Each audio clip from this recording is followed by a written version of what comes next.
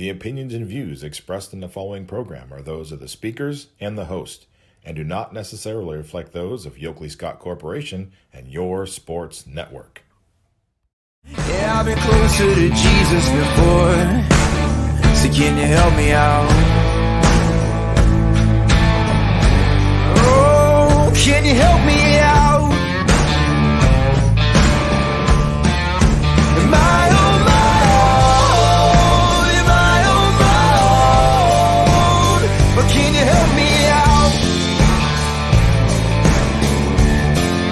Am I on my own? Am I on my own? Or can you help me out? Can you help me out?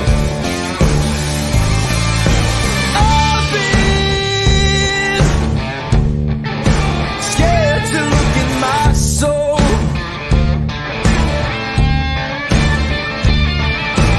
I've been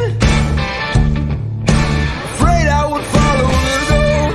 Yeah, afraid of the things I've been told. And hello, everybody. Welcome inside a beautiful Monday episode of Running Point on ysnlive.com.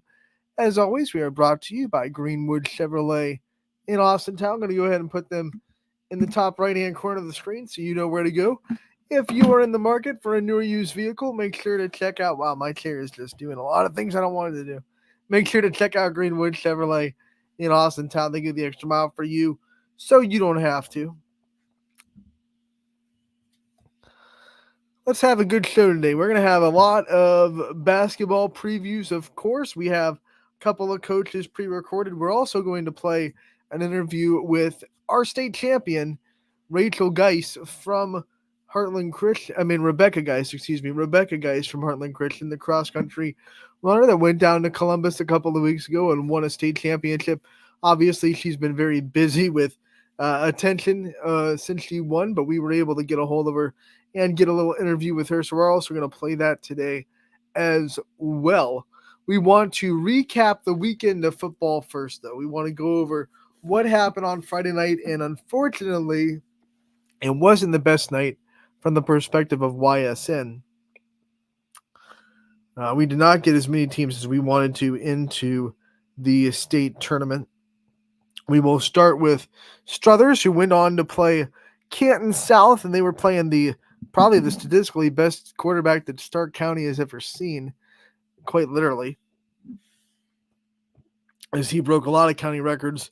And both these teams were, roster-wise, the first regional final they had ever played in. Struthers was one in there back in 1987, I believe, but the Wildcats of Canton South had never been to a regional final. So this was definitely one where you saw some moments early of both teams trying to gear up for that stage and realize how close they were to a state semifinal. But then Canton South, their offense was just too good. Struthers could not get the stops they needed. Well, I said, they're going to have to get their defense to win this game. And I think that's what they would have needed. Their offense scored 13. They had some opportunities. You could have seen them score 20 or maybe 27-ish if the game was a little bit closer. But I feel like once Canton South got above that 24 mark, it was going to be a trouble spot for Struthers, and it definitely was. Canton South gets the win over Struthers, 35-13. We congratulate Canton South, of course. We're good sports, and they're going to their first ever state semifinal. They were in their first ever regional final, so they'd already made it longer than any other football team in their school history had made it, and that run continues. That was kind of a matchup where, like I said, probably coming into the season, people did not expect the regional final to be Canton South versus Struthers. When you look at the pedigree of those two programs, Struthers not being there since 1987 and Canton South never being there, but those two teams put on a show all season. And unfortunately for our Wildcats, they fell to Canton South. Once again, final score 35-13. We go on to Ursuline playing Chardon, and this game was close, and then kind of late. A few things just went Chardon's way, and they were able to make this final score a little bit more lopsided than I think we know it was. If you listen to that game on YSN or you watch it on the OHSA network, which, you could have, I guess. It wouldn't have been my cup of tea. I wanted to listen to our wonderful crew down there. But, you'll listen to this game. Sam Torres was on the call. And one of the things you notice really quickly, Chardon's defense was up for the task, and the little bugaboos that hurt Ursuline last year started to come. A little bit of discipline issues, and then the late turnover, of course, really sealed this game. The interception thrown kind of sealed the deal. But Chardon, what a great team that is. They started the season 1-3, remember, and they went off and won the rest of their games, and they outscored opponents from that point on. From week 6, I think it was something like ridiculously high. So they had a tough start to the season, but then the last 6 weeks of the regular season, they went on a tear, and they were just playing really good football at the right time. And sometimes you hit those teams, especially a Chardon team that knows how to win the playoffs, and it definitely went the Hilltoppers' way. We go to the South Range game. It didn't go Ysn's way either. The Perry Pirates get their revenge over South Range, who beat them in the regional finals a year ago. 32-0, the final score there. The quarterback for Perry has a completion percentage of 76% this season. Now, I found that out after Friday's show, but if I was talking about this game on Friday and I knew that, I would have brought it up, because one of the things that had kind of hurt South Range this year at times were teams that could throw the ball pretty well. Green threw pretty efficiently. Some other Struthers threw pretty efficiently. You saw Lakeview be able to hit some big games through the air. Last week, couple of good pass plays. So you kind of felt like if you would have known that the quarterback was that efficient throwing the ball, that might have been a signal of, this is going to be a tough game for South Range. And one of the things that also, kind of put them in a big hole was that slow start. Again, coming back, Perry went right down the field, scored in their first drive, missed the extra point. It was 6-0. South Range, though, just could not get a roll on offense. Got one drive going in the first half. It stalled as well. It felt like they just couldn't get a consistent rhythm down the field. Perry's defense was absolutely the hero of this game for the Pirates.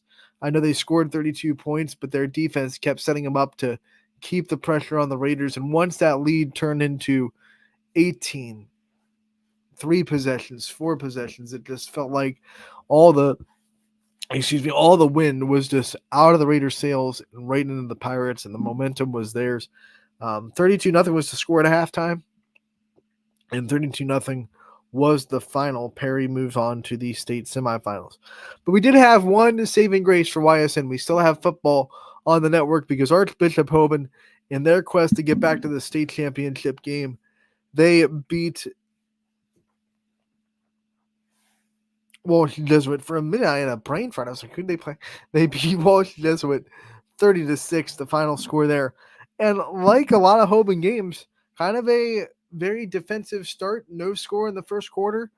And the halftime, it wasn't like a blowout, but then third quarter, they just wear people down, and they kept that foot on the gas pedal, and all of a sudden, a close game turns into a 30-6 blowout. This Hoban team never stops coming at you, from the running game on the offense to the defense. They just never let their foot off the gas pedal, and eventually Walsh Jesuit it broke their will. Remember what I was saying last week? Like, at the end of the day, football is a sport where you want to break the other team's will. As violent as it sounds, and as kind of harsh and dark as it sounds, you want to take your opponent to a point where they don't want to fight anymore. And that's where Walsh Jesuit got.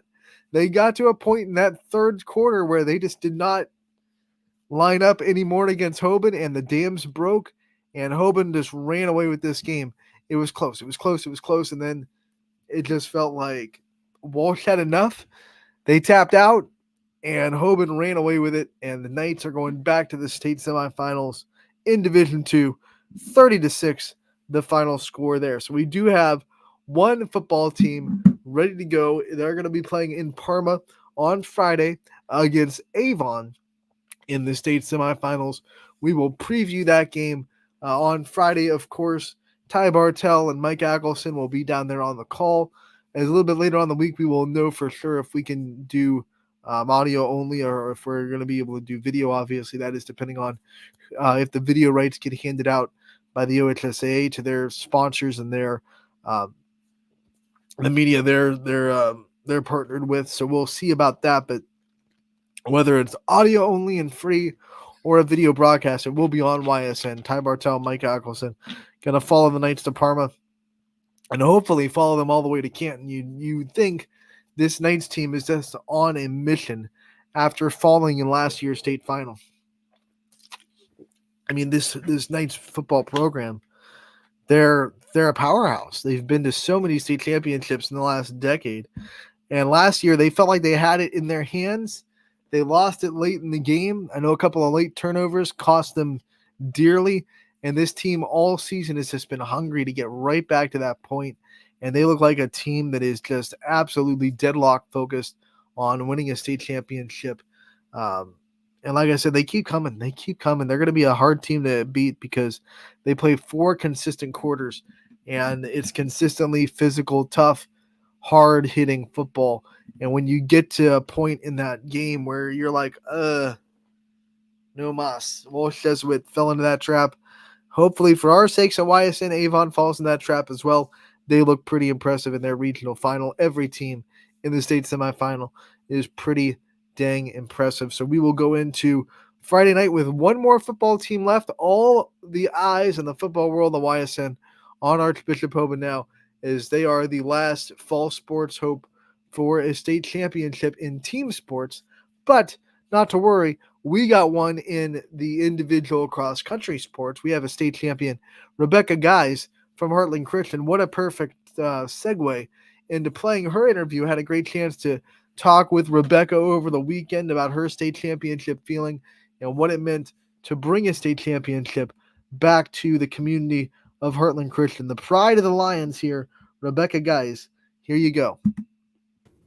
Anthony Hartwig here with a very special player profile. We are joined by a state champion in cross country on YSN. We are so proud to be joined by her, Rebecca Geis from Heartland Christian. Rebecca, thank you so much for taking the time to join us today.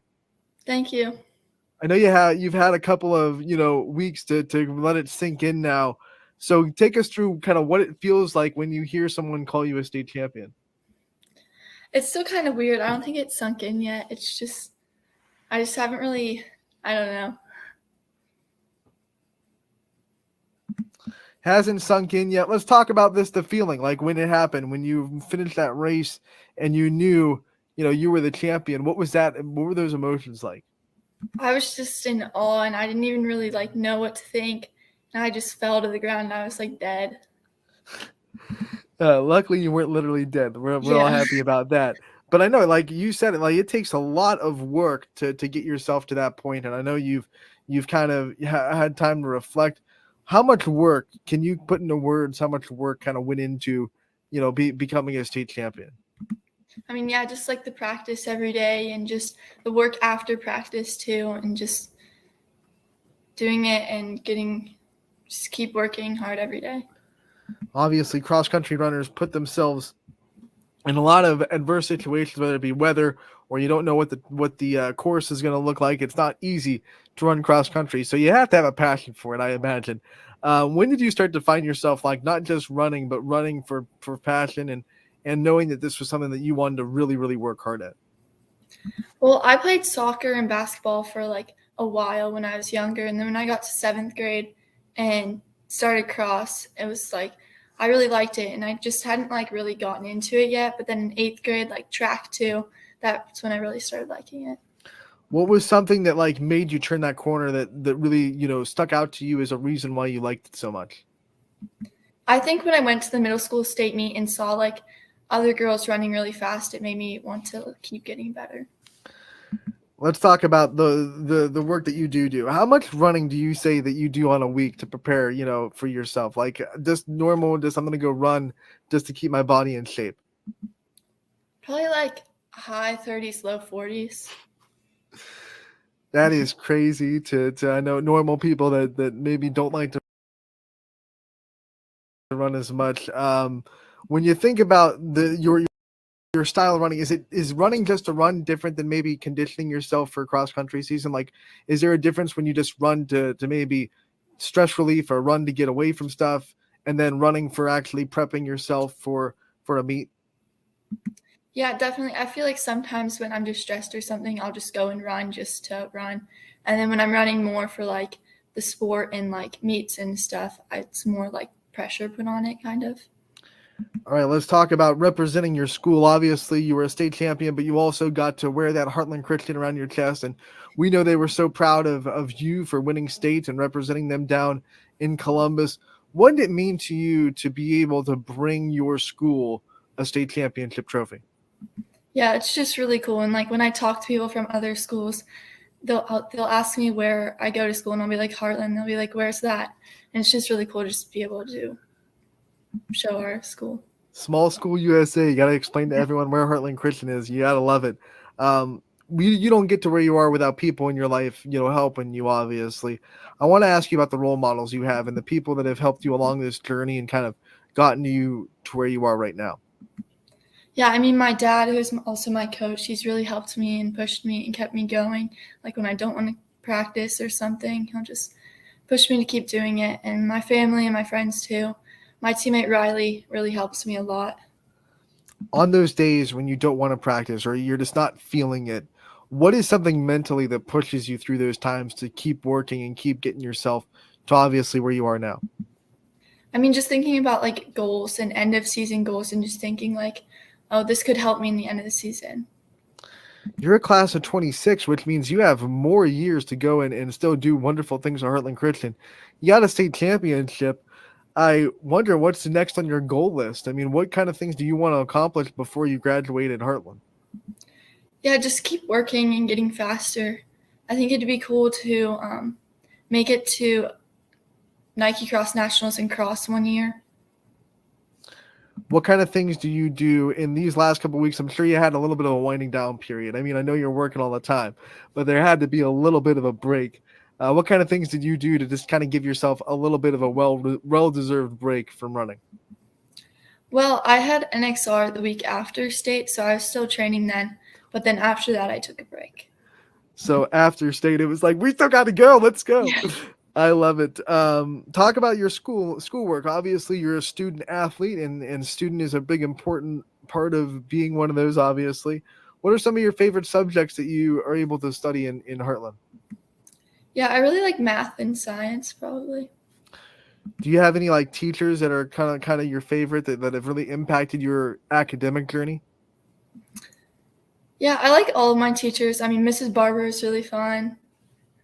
And yeah. What's your favorite thing about just being in the school system at Heartland Christian, getting to walk those halls, being with your classmates? What makes Heartland feel like home to you? Just the Christ-like aspect and just having people to look at that will lead me to where I want to go.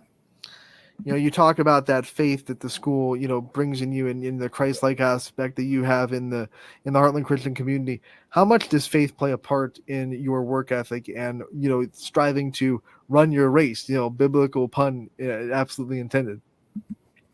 I mean, it's like I don't run just for myself or for like earthly pleasures or for just other people. I run for the Lord and the things that He has for me.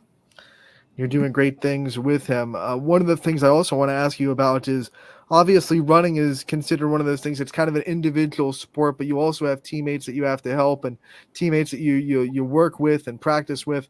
What's the team like at Heartland Christian? What kind of things do you like about the people you run with?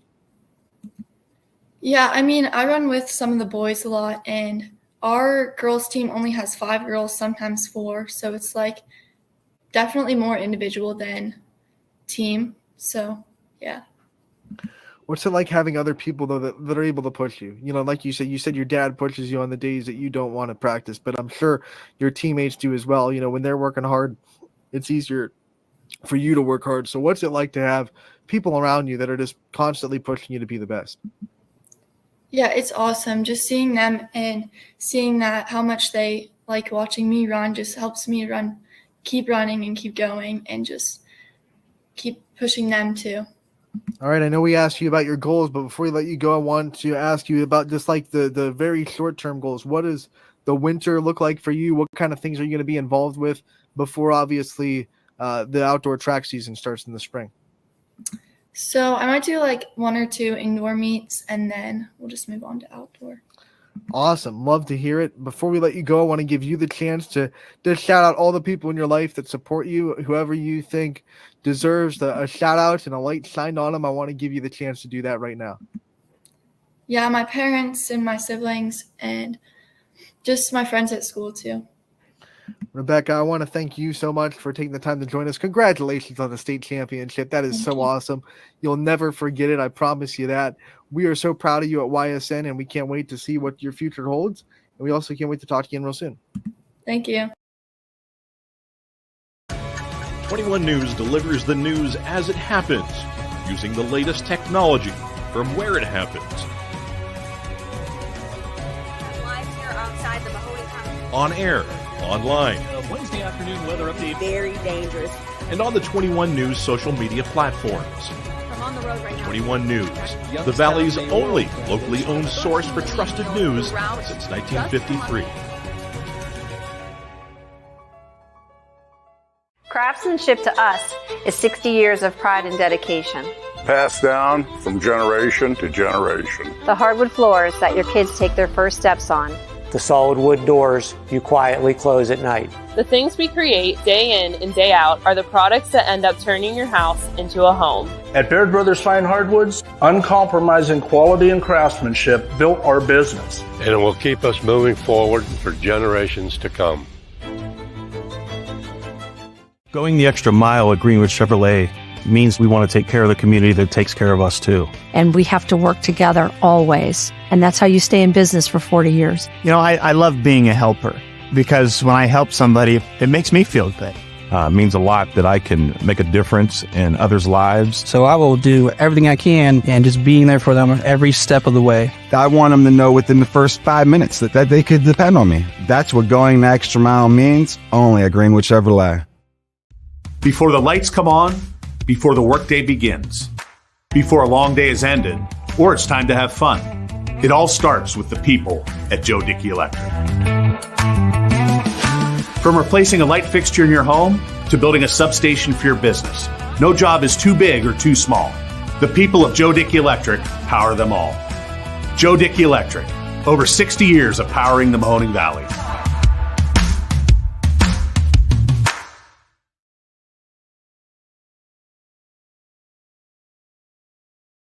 Ty Bartell, Anthony Hartwig with one of Anthony Hartwig's personal favorite coaches, Mr. Nick Blanche of the Poland Bulldogs girls basketball team, joining us today.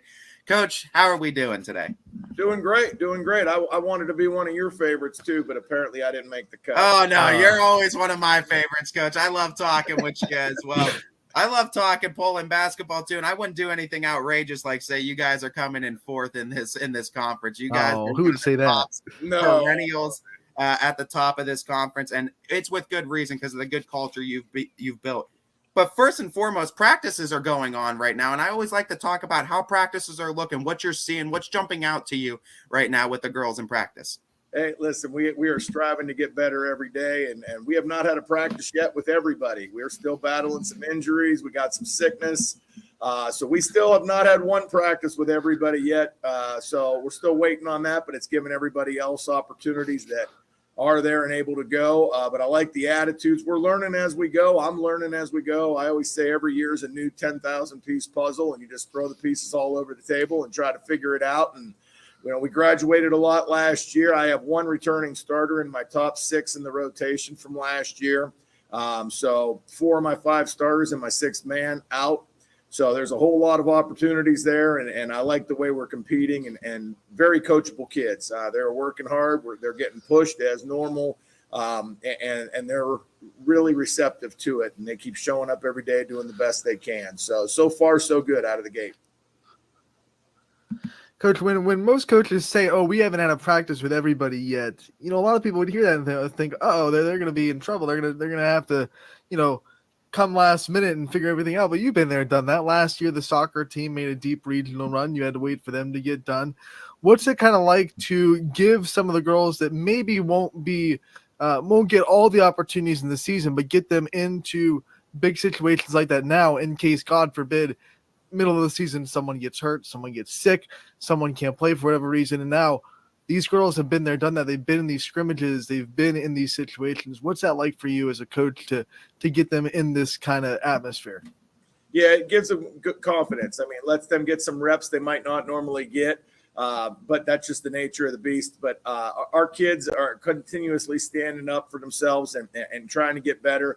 And I always tell them, like, when they do make a mistake or something doesn't go their way, right away, it's easy just to get down on yourself and feel like you just can't do it. And we're trying to push through those issues. I always tell them we got to be strong between the ears before anything else.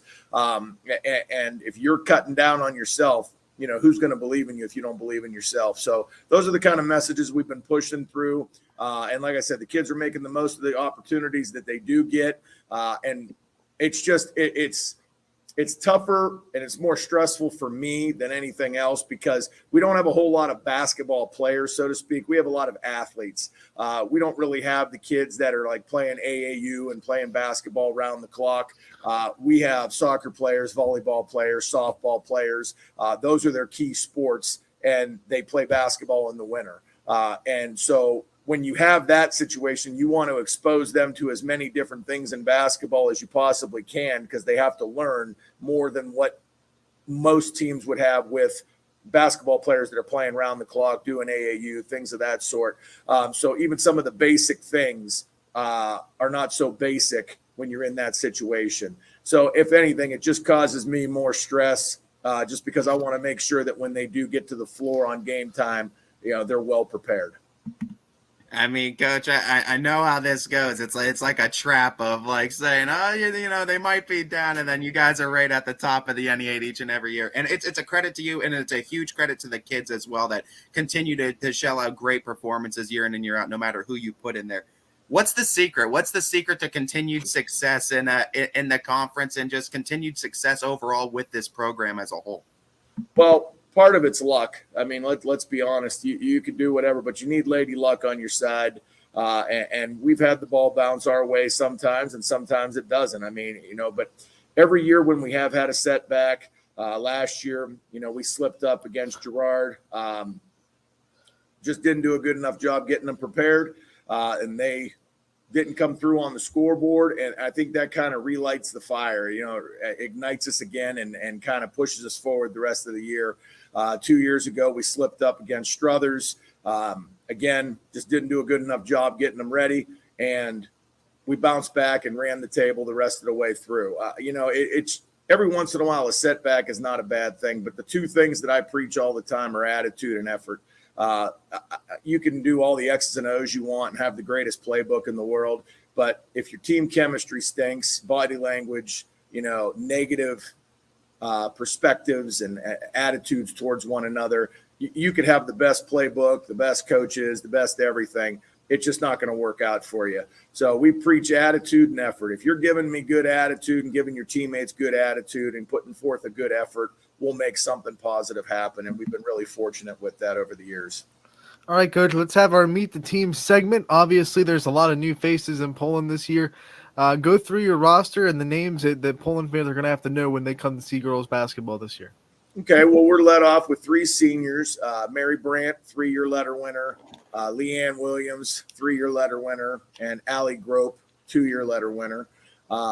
We have juniors, returners are Kate Harrell, Lucy Harrell, and Kylie Hudron, all 2-year letter winners.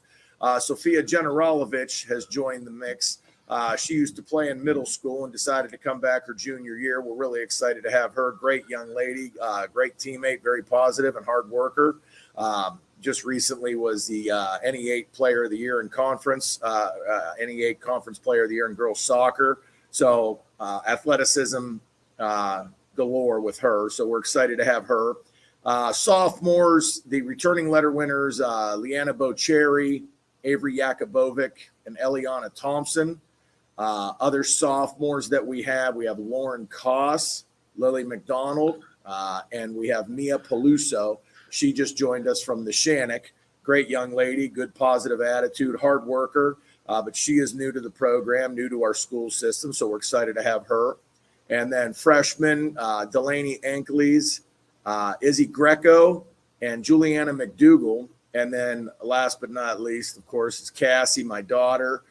So she is now in the program, believe it or not. I can't believe she's already at the high school level, but she is up here, and that rounds out the kids in our program this year, which I'm excited to have each and every one of them.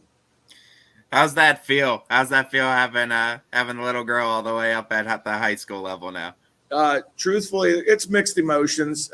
It's not easy. You know, everybody thinks it's fun and easy to coach your kid. It's another bullet, I say, for the haters, you know, just something to micromanage and look at and, you know, well, you did this for your daughter and that for your daughter. And it is nice. It is that heartwarming feeling, you know, to have your daughter up there.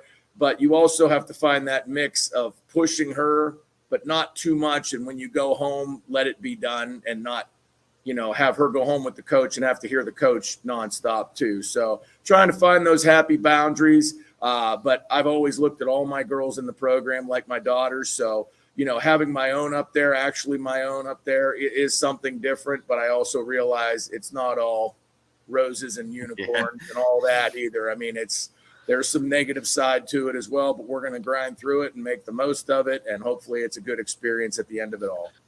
Coach, let's talk about your schedule. We'll start, of course, like we always do with the conference, the NE8 that you guys have obviously dominated over the years.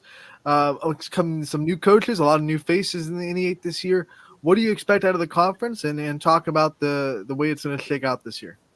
Well, obviously, I'm hoping we can finish, you know, I don't know. I'm projecting us probably 4th or 5th. You know, the great minds think alike, so we're probably going to be down at the bottom. No. All kidding aside, we'll do our best to stay at the top or towards the top. I mean, everybody's going to have something different. Lakeview, I think, will be a sleeper, to be honest with you. They have a middle school group coming up that might have lost once in 7th and 8th grade. But that's that adjustment phase from 8th grade going into high school. You know, once they get acclimated with the varsity level, I think that they're going to be a nice team definitely later in this year and then in the next 3 years to come. South Range, Struthers, they're always going to be up there. And just the fact that when we play them, there's that rivalry, you know, that has gotten there. Everybody likes each other off the court, but when we're on the court, you could just tell there's that little one. It's one of those games you just get amped up for. And the rest of the conference, we'll see how it all shakes out. I mean, like you said, we have some new coaches that I know nothing about. So I have to see what they come out of the gates with and what they are planning to do with their programs and get a good look at them. Gerard, I know, new coach, and they also graduated. They're like us. They graduated a ton last year. So now we got to see what they bring up and how they put it all together. But nonetheless, it's a great conference. There's a lot of great coaches in here, and just they coach the right way. They push their kids, but they also are teaching them how to respect their opponents, respect the game, you know, and I really respect that, to be honest with you, because there are some times where kids do some things and coaches let it get away. And we have a lot of good coaches that are, you know, we all get along with each other really well. So I'm welcoming these new coaches aboard and look forward to seeing what they bring to the table. I like checking out this non-conference you guys were able to put together too. I mean, you got 2 teams that made it to state Final Fours a year ago. You got another great one in Crestview. What do you feel like these teams present as far as different looks for your girls to see in the middle of conference battles? Yeah, no, I love it. That's what we always try to do, is challenge ourselves. I don't really care about wins and losses, to be honest with you, outside of conference. I mean, conference is the focal point. We have been successful, but I want to see everything and anything before we get into tournament play. Crestview, I thought, was an awesome pickup for us. I think they're going to be a top 2 seed in the tournament. And I heard a lot about them last year, and I didn't really get to see them play until the tournament time. This year they had an opening. We had an opening, so I wanted to jump on that. I think they're going to be excellent. Getting Springfield back, that's going to be an excellent push for us. Champion Michael Cole does a great job over there every year, and he's got some real threats coming back this year, so that's going to be a great challenge for us. Salem, we all know the season they had last year, but again, new coach, but they still have some talent over there. So I'm excited to get that and see what they do. Canfield, of course, speaks for itself. They're going to be loaded again. So we're going to go play them, see what, how that all shakes out. Mooney, we open up with Cheney. I mean, everybody's got new kids up and coming. And like I said, I appreciate the challenges ahead. And I hope that we can give them, what they're expecting from us as well this year. And I'm pretty confident and we'll be able to do that. Coach, one of the things that always comes up when we're talking Poland girls basketball is, of course, the family atmosphere that you guys put together. A lot of coaches say it. Sometimes it comes off as a cliche.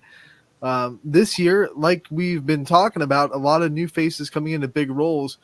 What's it been like to see the team chemistry stay where the expectations are and to see that family atmosphere stick around even with a bunch of new faces coming into the program, into bigger spots, bigger roles? I'll tell you what, it is a lot of work, and it's a lot of work on everybody's part. This isn't one of those things where it's just on me. The girls have to buy into it, and they have to walk the walk, talk the talk, do all of that. But it is tough because now we got some new pieces in, like I said, some new people to the program. We got 4 new freshmen coming up. And we lost a lot from last year, like I said. So now it really is an uphill battle. And they have to get used to me just like I have to get used to them and kind of meet in the middle somewhere. But there are different things in our program. We run things differently. There's a lot of structure. There's a lot of discipline. As far as when we say practice starts at this time, that doesn't mean we're walking in at that time. That means like you're on the floor, we're going at that time, and that's different for some of them. So they have to get that. And the expectations when we're practicing, jogging isn't working hard. You know what I mean? Going through the motions when we're doing drills and shooting drills and going at a 7th and 8th grade pace isn't getting us any better. So there's those times where they have to realize that we stop and, hey, look at what we're doing right now. This isn't acceptable. And I know there's times where they look at me and like, you're nuts. Like, we don't want to hear this right now. And I understand that. So it's kind of like that happy medium where I have to do my part to push and my coaches have to do their part to push, but not too much. And we just kind of take those baby steps where they get to the point where they understand what I expect. And then I get to the point where I understand what they can truly give without, me having the bar set too high for that individual. So we're learning and it's a continued work of art, so to speak. But I like the attitudes and the effort that we have been getting from our girls. And I think by the time the season gets here and everybody's back in healthy, I think it's going to be a nice little puzzle we put together this year. I thought Coach Comlink from JFK had one of the best backdrops because he was in that beautiful JFK locker room. I think you might contend, sir. Yeah. We were talking about this logo a little bit off air. This is a gorgeous logo. Show it off a little bit for the. Yeah, look, I had them dress up for you guys today. Look at that. It's a gorgeous logo. Gorgeous. That dog's better dressed than Coach will ever be on the sidelines. You got that right. You got that right. I'd be in shorts and a T-shirt if I was allowed to. I want to be comfortable. Us big guys, we sweat. Coach, we also like to always talk about the staff that you put together each and every year because we know you can't do it alone. You need some help building that program, building that family atmosphere. Who's on the staff this year for the Bulldogs? All right, we got Johnny Dubeck coming back. I've had Johnny with me now. This will be year 2 with him. What a great addition he's been. Very knowledgeable, works hard. He's prepared every single day. And most importantly, he relates well to the girls in the program. Total team guy. We also brought Bella Guidus back, former player of mine. Anytime I can bring back a former player, whether it's a practice squad player over break or, when they're back in from college, we've been fortunate to have those people around. But Bella, she's well respected in the program because she has accolades hanging all over our record board. 2-time player of the year. So when she talks, the girls kind of pay attention a little bit more because some of them remember sitting in the stands watching her play when they were little kids. But again, great young lady, works hard, and she's very knowledgeable in what she's talking about. And last but not least, at the high school staff, I brought on Al Masai this year. Brought him over, and he has been superb. He is a quiet man compared to me. I'm more outspoken. He does his more in a quiet, soft setting where he'll talk in small groups, talk one-on-one. But he is constantly coaching, constantly observing. And then when we get together and, as a staff, always has a lot of great ideas. And we try to implement some of the things that he's bringing to the table as well. But overall, my coaches, I could not be more thankful for what I have. They're dedicated. They're there every day, and they're working around the clock, getting text messages, phone calls with different ideas and thoughts. And as a head coach, that's all you could really ask for. And most of all, they care about the players. Kids are sick. Kids are injured. You know, hey, how's so-and-so? Hey, is she feeling any better? When you have staff that does that on their own, you know their heart's in the right place. And the girls obviously will pick up on that too and realize they're cared for. And that's really the most important thing, more than basketball itself. So I have 3 great coaches with me at the high school. At the middle school level, I have Elena Kamak back. She's been with me, former player for several years. New 7th grade coach, Emma Alaya.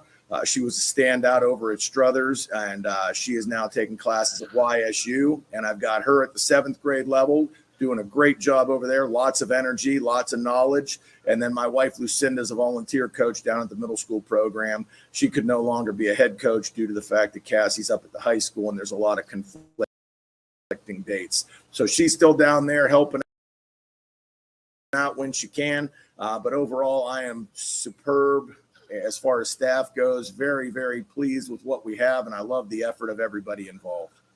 Love the pickup of Emma Alaya, Coach. Before we let you go, just give a shout out for the Poland community of when your first game is and when the first chance they have to come see you guys play.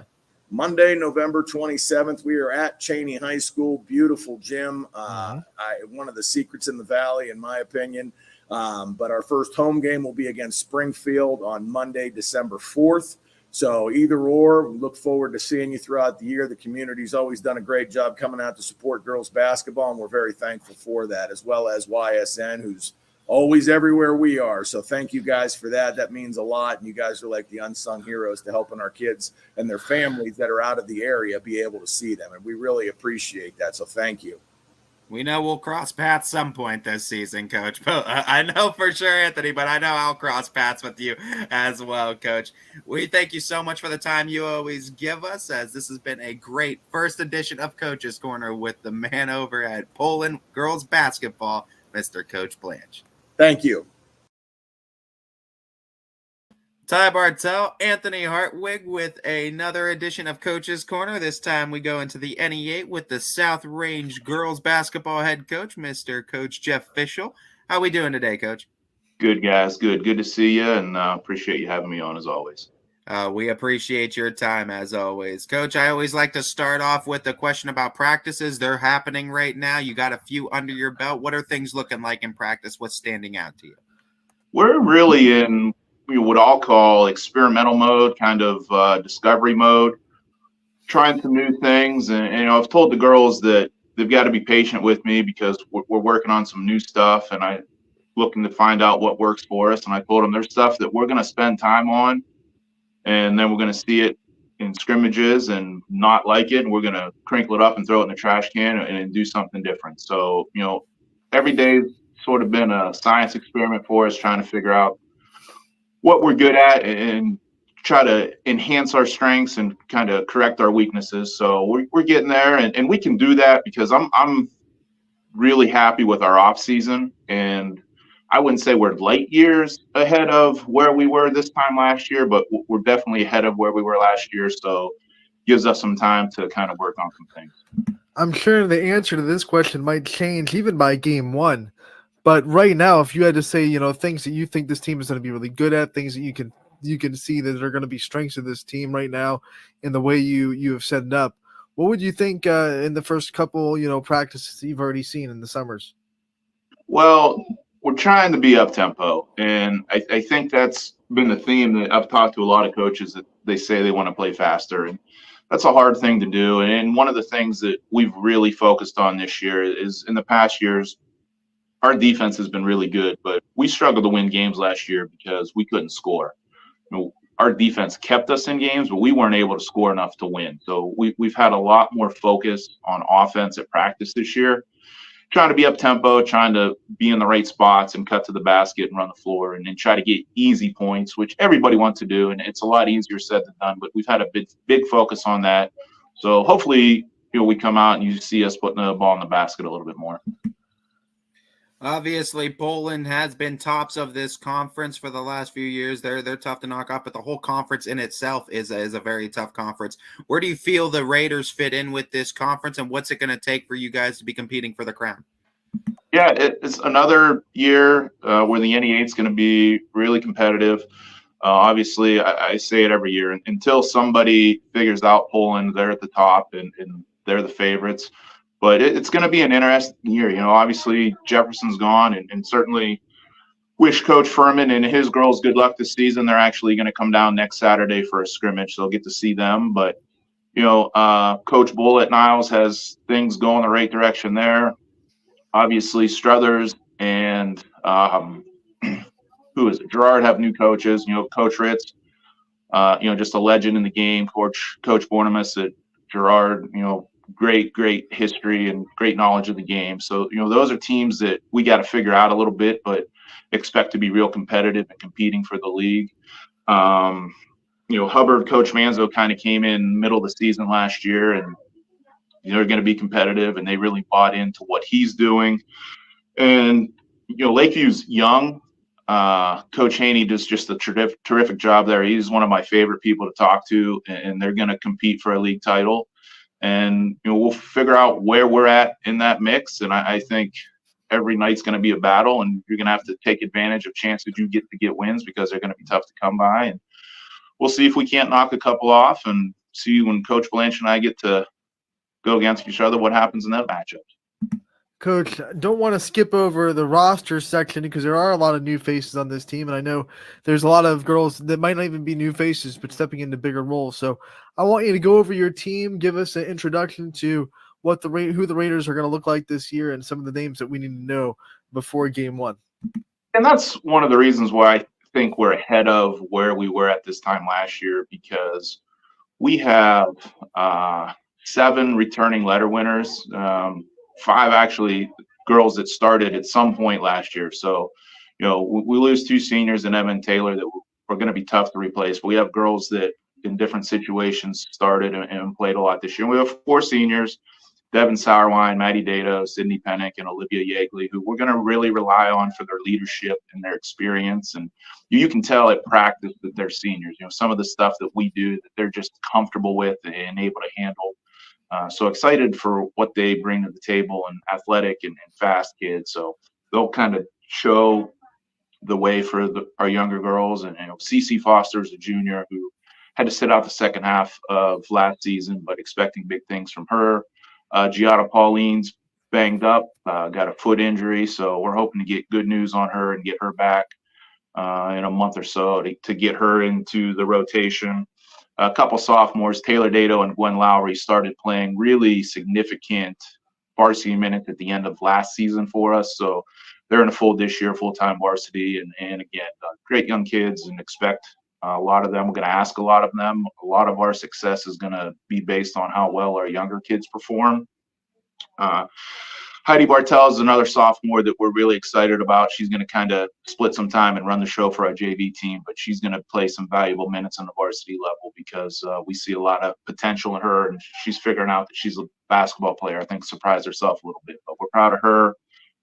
Freshman Sophia Lucente is really just had a terrific offseason and bought into our program. So that's a freshman that we're going to trust early, and she's going to have to play a significant role and significant minutes for us.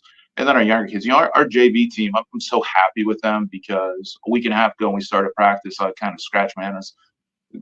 We got some work to do here, and they've just done a terrific job. And, Kiara Winter, Katie Dance, Lily Lutz is new at our school, Bella Smith, and then freshmen Haley John, Kensington Scott, and Lila Angus are, all going to be part of our program and part of what we do on a daily basis. When bringing these girls back that have now a year of full varsity experience under their belt or more, is it more about refining the skills they already have and the sets, or do you teach them new things because of the knowledge they have, or somewhere in the middle with a balance? Yeah, it comes somewhere in the middle. Obviously, I think when you find out what they're good at, you want to focus on that. Like I said earlier, we're looking at trying to enhance our strengths and fix our weaknesses. So when we see things that we're not real good at, it's certainly something that we're going to spend some time on and work on getting fixed and improved. But yeah, definitely also want to take what we're good at and do that the most. We've already talked about your conference. Who are some non-conference teams that pop up on your schedule that you're really excited to go up against and test your girls against? Another season where I'm really proud of the non-conference schedule we put in, and we've got different types of teams. We got teams that have some size. We got some teams that are quick. We play some teams that go fast. We play some teams that slow it down. I was actually looking at this yesterday. I put some numbers down. It didn't surprise me, but kind of opened my eyes a little bit. So in my 4 years here in the non-conference regular season, we are 12-19. And, we always say that we want to play our non-conference schedule to prepare us for the league, and then kind of both to get ready for the tournament. And, 12-19 non-conference, well, what that's led to is we're 46-10 in the NE8 and 10-4 in the tournament. So that's why we put that schedule in place. And, it's going to be a grind, and I don't know that there's a lot of wins out there for the teams we have to play, because they're really good teams. The 10 teams we played non-conference last year, all 10 of them had at least 10 wins last year. 9 of the 10 had winning records, and their combined record was 168-80 last year. So our non-conference schedule is no joke. Majors never shy away. One of the best times of the year, I think, every basketball season is the South Range Holiday Hoops Classic, because of just the laundry list of teams you guys are able to bring in, the laundry list of games that are occurring. What does it mean to you that your school and this program's able to be a part of it, but also have the school host such a very cool hoops tournament? Oh, I agree. I love those 2 days, and we're fortunate as the host that each day we play the last game. So I just get to go sit in the gym and watch a lot of good basketball all day. And some of the best teams from the state are there, and some of the best coaches that you get a chance to talk to and pick their brain and learn a little bit. And some players that you're going to see playing at the collegiate level next year on most of those teams that are coming. So it's fun. It's good basketball. Gives us a chance to showcase our awesome facilities. Brand new gym floor this year. Athletic department really stepped up and helped us there. Did a beautiful job with that. So it gives us a chance to showcase that. And then, at the end of each day, and this year it's Ursuline and Springfield, 2 teams that we love to compete against, that we get to play in that tournament. So kind of put a bow on that and have a really fun 2 days of basketball. How proud are you that teams that either have been there last year or even took a year off last year but have been there in the past are coming back to this tournament because they liked how much you ran it, and they liked how much the South Range community showed up for you guys? What does that do for you as just the coach of this program to know that coaches want to come back to that event? Well, Coach Farron deserves the credit for that. He's done such a great job of that. And this thing started a lot smaller than it is now, and just done a great job in getting some good teams in it early, that, now it's to the point where he doesn't have to pick up the phone and call people to fill it. His phone's ringing and he's turning teams away because we're already full. And it's exciting. And, for us to be a Division III team and have all those schools come down there, and, the coaches always, seek Coach Farron out, seek myself out, and introduce themselves. It's led to some relationships and some chances for some scrimmages and things where, we can text and call each other and figure stuff out. So selfishly, it's been beneficial for me just to help put a little bit of a spotlight on our program and help us in what we do. I have one final question for you, but before we get to that, I do want to ask you about your staff, to give you a chance to highlight who's going to be helping you out this year with the Raiders. Yeah, I've got to be the luckiest coach in Ohio. Brock Miller and Troy Scott are our junior high coaches, and they've been with me since day one. And Brock's a teacher at the school, and he's from down around the Cincinnati area where he went to high school. And we were lucky enough to hire him as a teacher a few years ago. And sports guy, smart, really knows his stuff. And the school kept wanting him to coach, and every year he told them no. And I was friends with Troy Scott before that, and they're actually brother-in-laws. They married, their wives are sisters. So, I reached out to Troy and I said, "Hey, what do you think the chances of getting Brock to coach are?" And he said, I don't know. And, kind of an old business trick. I said, "Well, what if you two do it together?" And, we went out, have some food, talked about it, and we got them in, and they're both so great fathers, great friends, and really understand our program. And I'm fortunate because they teach the kids, the same thing we're teaching in high school. So when they're 7th grade, 8th grade, and then we get them at the high school level, they know what we're doing. They know our drill. So it's a seamless transition. And then Kaylee Luckland's been with us through it all too. And she's not going to coach on a sideline per se, but she's been huge behind the scenes with fundraising and setting up our charity work. We're going to Leonard Kurtz for a Christmas party. We're going back to Baylor Management to serve Thanksgiving lunch. We're going to be at Fairhaven playing basketball with their awesome students. So, she's been really instrumental in getting us out in the community, doing our charity work, and then kind of helping us do the behind the scenes paperwork that's no fun. And then varsity level, again, just so lucky. Lauren Pavlansky, Coach Pav, our JV coach / varsity assistant, just awesome knowledge for the game, awesome passion for the game. Obviously comes from a long lineage of coaching and understands sports. And she connects so well with the girls. And I remember Coach DeShields talking in his interview about how he did volleyball and how it was kind of good cop, bad cop. And when he was volleyball coach, it got reversed. And so Pav and I are really good at that, good cop, bad cop. And the girls connect with her, and they know that if there's something they need to talk about and that's something they're uncomfortable talking to me about, they can go to Pav. And so brings our team together, and she just does a tremendous job for our program. We're really lucky to have Coach Pav. Coach, my last question for you before Ty hits you with his last. Last year, it was you had some tough times, you had some good times, but definitely the tough times the last season. I want to ask you about coming into this year and what that kind of taught you, because it was the first season for South Range in a while where it was kind of a tough year for South Range. They did have to accept some losses. So experiencing that and trying to bounce back from that, what did it teach you coming into this year? Yeah, it was not a fun off season for me. That kind of sat in my stomach, and I thought about it a lot. And one of the most important things I think we did was to adjust right away our off season program. This is, since I've been here, was our best off season program. June, we loaded it up summer league and camp and some open gyms. And then July, we kind of put back on the girls and say, hey, you gave us everything in June. July's on you. And they signed up for themselves. We had 7-8 girls in the gym shooting 4 nights a week the whole month of July. So, and that's why we're further ahead this year than we were last year, because we had a lot more intense and focused off season. And so, again, with our schedule, I don't know that I anticipate us to have a record that makes people say, oh, wow, this team's really good. But I think when you look at the competition we play, and if you were to break us down, it's going to be a good basketball team. Final question for you, Coach. It just goes back to the love of the game, right? It's the theme I'm asking all coaches this year. It's that love of the game that keeps us coming back each and every year, no matter our role in the sport. Where'd the love of the sport of basketball begin for you? You have an earliest memory, a pinpoint moment, a time frame. Yeah, Ty, I've kind of cheated on this because I've watched some of the other interviews you've done, so I knew the question was coming. And I don't know that I can pinpoint a specific moment where I fell in love with the game.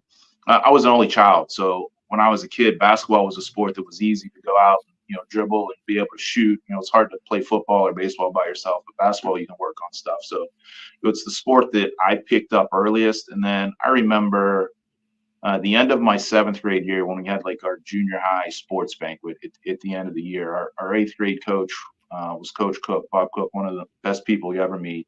And he came up to me after the banquet and he said, hey, I want you to have a basketball in your hand every day this summer, because if you put work into this game, you can be really good at it. And that was the first time that somebody really had planted that idea in my head that, basketball was something that I could be good at and could give back to me. So that's kind of where it really got to where I was really focused and into basketball. And then I've stayed with it. And, every coach will tell you, so I've been so fortunate through the years, the people I've met, the other coaches I've become friends with, that and it helped continue that love, because, we get reminded every day of how special that basketball is, what sports are, what they mean to us, and the valuable lessons that they teach us when we go out in the real world. So love the question. And, as always, guys, I appreciate what you do for us. Coach, we appreciate your time in the middle of the day, early morning, I should say. It's about 10 a.m. But thank you so much for the time. We appreciate it. We can't wait to see you out there. When's your first game? When's the Raiders fans' first chance to see you? Monday after Thanksgiving, November 27th. A really good United team comes to town, and they're going to give us one heck of a test. They're really good and really well coached. So excited for November 27th. Coach, we'll see you in the Thriller Dome very, very soon. All right. Thanks, guys. Ysn thanks you for watching this presentation of Your Sports